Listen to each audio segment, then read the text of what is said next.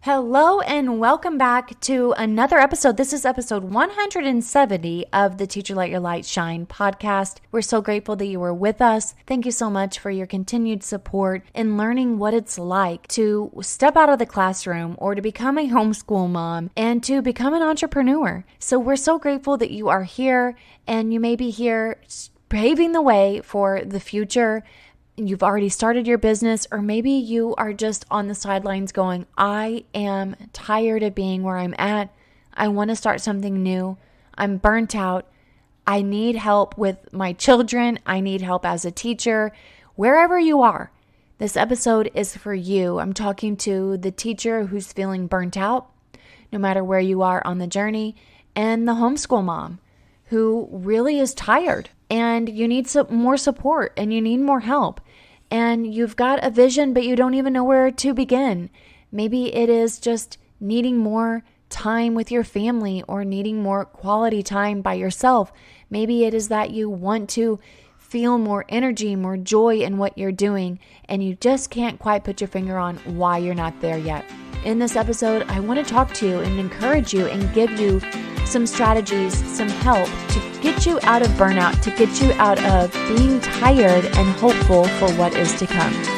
Welcome, teacher, to the Let Your Light Shine podcast. If you're searching for the freedom and permission to design the life you love as a teacher, you're in the right place. I'm on a mission to help teachers just like you build their own dream school or homeschooling business. In this present day, the world needs you, teacher friend, to step out in faith and give students an education they love and so deserve. In this podcast, I will teach you how to start a fulfilling and profitable homeschooling business that lights you up. I'm Mackenzie Oliver, former elementary teacher and instructional coach, gone homeschool teacher and business builder. I'm here to empower you to step outside the classroom and choose the experiences, the curriculum, and all the moments that put a smile on your face and your students. Does it seem like a dream? Well, it did to me, until God opened the doors and made it reality. Together, we are breaking through fears and moving the crowd. So get out your notebook, sharpen your pencil. It's time to get your teach on. All right, everybody, tonight is it, March 31st, 2023. This is the last night, the last moment where you can snag your business bundle, all of the documents that you need to get your business started at 20% off, $100 off, all of it. From beginning to the end, the introductory packet, the handbook, the brochure, the liabilities, the waivers, the contracts, the parent partnership, the enrollment form, they're all there. Plug and play, make it your own with details on how to craft these incredible marketing materials. They are all there and ready to go. Again, you just head on over to www.teachersletyourlightshine.com/shop. You can peruse the resources, but the business bundle is the one that's on sale where you get everything already discounted altogether, plus an additional $100 off. It is in celebration of our 1-year anniversary of having all the documents available to our community. Even if you are not ready to build your business yet, you want to snag it because it will not be marked down again. It won't. So be blessed, not stressed. Go over there, snag those items, www.teachersletyourlightshine.com/shop. Snag the business bundle, get it all downloaded straight to your email, and bada bing, bada boom, you can work on it even if it is something that you are planning on doing in the next year. You want to snag it now so that you don't have any regrets that you did not get $100 off. In this episode, I want to talk to the burnt out teacher, the teacher who is tired and maybe somewhat even feeling hopeless. Someone who lacks direction and clarity and not even knowing where to begin, how to get started, or just even if you want to stay where you are right now. I see you, I hear you, I was you, I understand you. Maybe you are a homeschool mom who feels tired and you're wondering if even what you're doing is working. You feel as if you're entertaining your children by yourself every day. You need more support. You need more help. Maybe you even feel anxious that you need to make more money or go back to work. I understand you as well. I've been there before myself. And so this episode is really geared around giving you insight into why you may be feeling the way that you're feeling or struggling. Because I truly believe that in our society, we have been indoctrinated to, quote unquote, be a certain way or do a certain thing. And yet it's really just not aligning with us. And only you can know how you feel. Only you know, and only you know why you may be wrestling or maybe in distress or at uneasiness or not feeling peace. Only you know. Or maybe you can't quite figure it out. I've been there before too. And so my advice to you is something that I've actually just recently employed myself, and that is to create more space.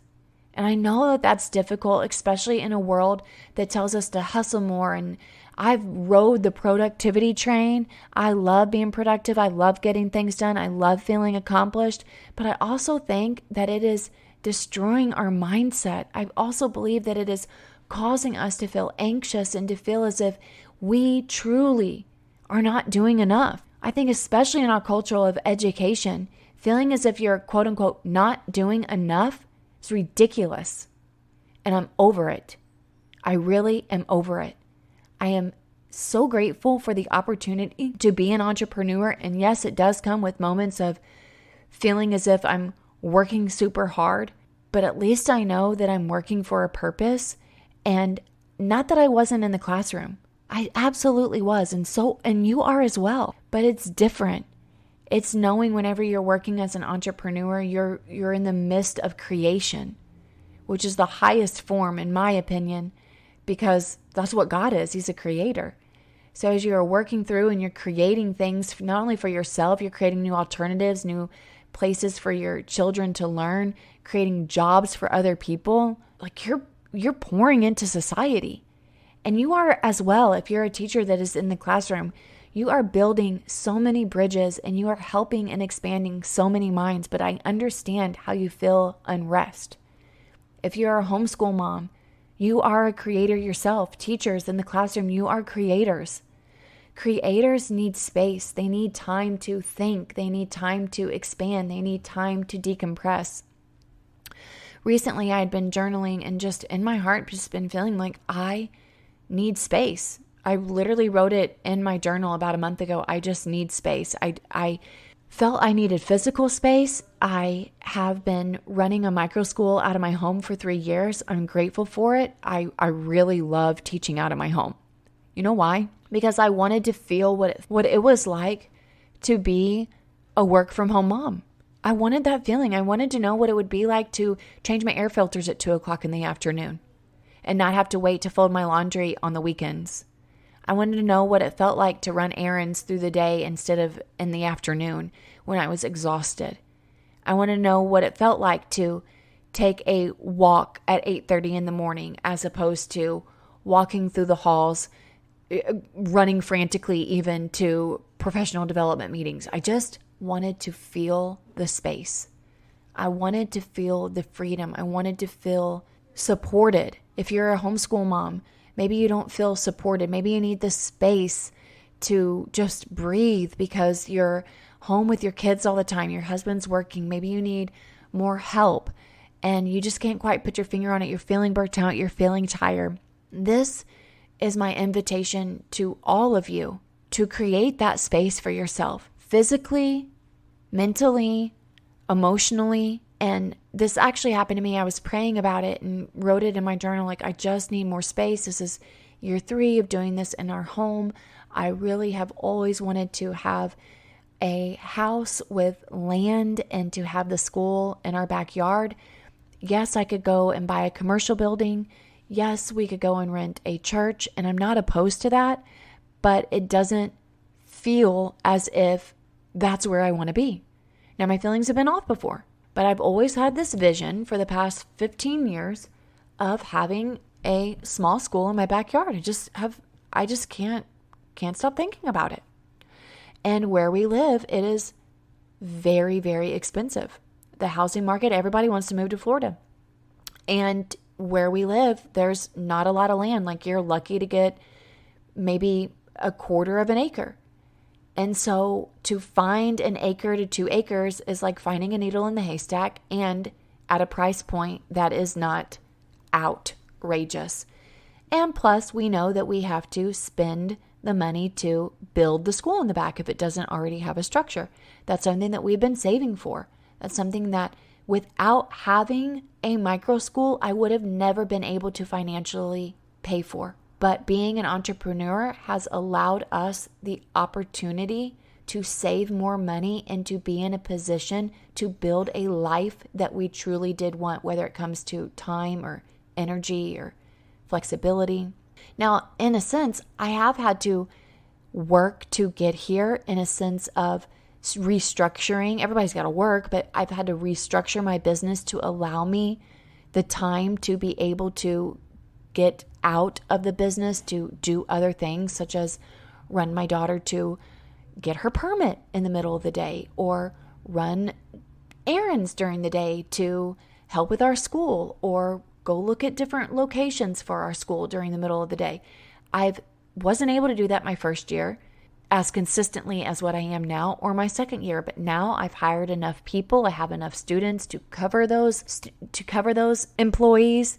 And it's created in me what I want to call just white space. I have been feeling as if I needed space because I'm coming to a point where a lot of decisions have to be made in our business, in our home, to decide whether or not we're going to be moving. And if we don't move, where's our school going to be? A lot of decisions. And many of you guys may be facing what I'm facing too. Do I rent? Do I buy?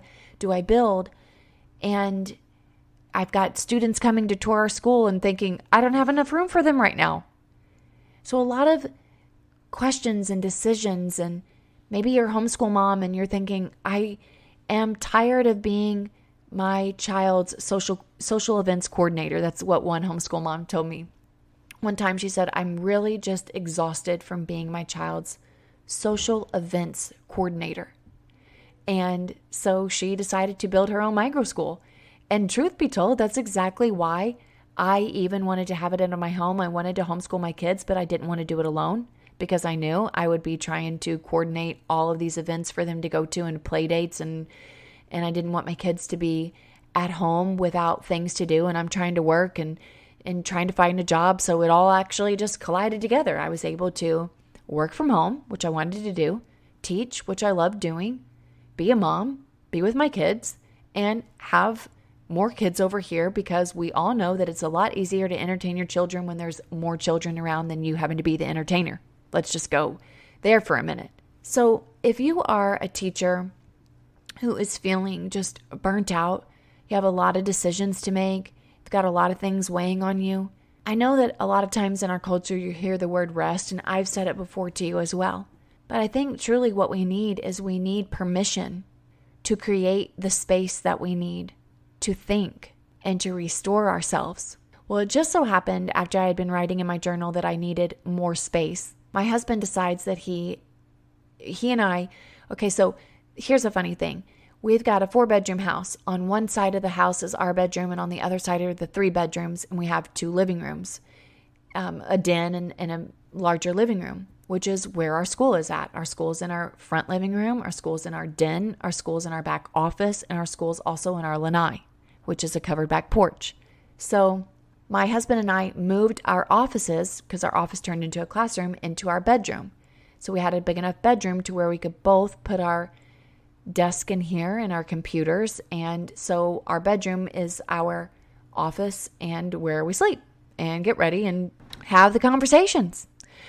Well, he decided he was going to move his desk. Now, I think you guys will appreciate this, as you are probably going, where am I going to have my school, or how am I going to rearrange my space? He moved his office into our garage. I mean, I'm telling you, we are using every single square footage of our home to live in, to work in, and to provide a school out of. And praise God, because this house was not at all on my husband's radar whenever we first moved in here. He was like, no, we're not getting that house. Something's not right with that house. And I was like, I love this house. You guys got to hear the story about how how terrible this house was whenever we saw it. It was awful. It was just awful in so many ways. And we had to spend a month just getting it to where it was even livable. But I walked in. I mean, I've walked in some pretty nice homes before and was like, nope, this isn't it. But I walked into this house and I knew in my spirit, this was it. And a couple years later, here came the school. I didn't see that in the moment whenever I walked into this house though. So that's just a fun side note. We have used every single bit of square footage of this house. So now his office is in the garage. He loves it. I love it. We all love it. He's got his own little man cave. It's great. Now we've got my office and our bedroom. And it really did provide space for me. I took where his computer was at and I put a little rug that was in my closet. Don't ask me why we had a rug in our closet. It was useless. I guess I just didn't want to throw it away, but I saved it for the right thing. Put a little rug there, took a little chair out of my daughter's bedroom, little lounge chair, put a blanket over it, put a little lamp on a little stand on a little filing cabinet next to my desk, and now I've got my own little space. It's actually causing me to have a little bit slower mornings and be able to wind down at the end of the night, and it was just the space that I needed. Maybe there is an opportunity for you to create physical space so that you can have some more time to decompress or to think or to read or to journal or to work on whatever it is that you want to work on. Be creative and ask and pray to God. It's exactly what happened. I'm like, God, you answered my prayer. I wasn't even thinking of it to be like this, but you answered it like this. And so I'll take it. Thanks. Thank you so much. Maybe your space needs to be that you need to hire someone. So I recently just hired my third employee. I have a volunteer who comes in once a week. I have 2 full-time teachers, and then I just hired another part-time teacher. I knew that in our season of life of building and growing a school, possibly moving, thinking of summer camps, I am also very much deep into my motherhood. And I want to experience my motherhood and experience my daughters and experience the joy that comes with watching them grow. I hired someone. The money is worth it. The investment to save me time and energy and my sanity was so worth it. Hire the person. I can't think of a better investment than one in which saves you time, energy, and money and restores your soul and restores your happiness. So I found this other beautiful employee through my current employee, Mrs. Korea. You've heard her on the podcast. It's her sister. She's in college. So she's coming 3 days a week for 3 hours each day, and she's running a group for me. It's beautiful. It allowed me to get what I needed to get done for my school. It allowed me to make the phone calls that I needed. I typically have taught in the morning from 9 to noon, but now I have someone else who's taking my position. I'm still here. I'm still coordinating. I'm still helping. I'm still lesson planning. I'm still seeing the kids. I'm still very much involved with my input, but I'm also letting go. I have held on so tight and tried to control things and make them so perfect that I really believe that we should be thinking about just what is needed. And I don't mean to be a bare minimum type of person, because that's not who I am. I'm not a just do the bare minimum. But I wonder sometimes if we overextend ourselves because we've been indoctrinated to go and be overachievers. I know I have. And I'm not going to blame it on anybody else, but that has been my definite personality trait for many, many years. It's been ingrained in me. I've watched it through childhood.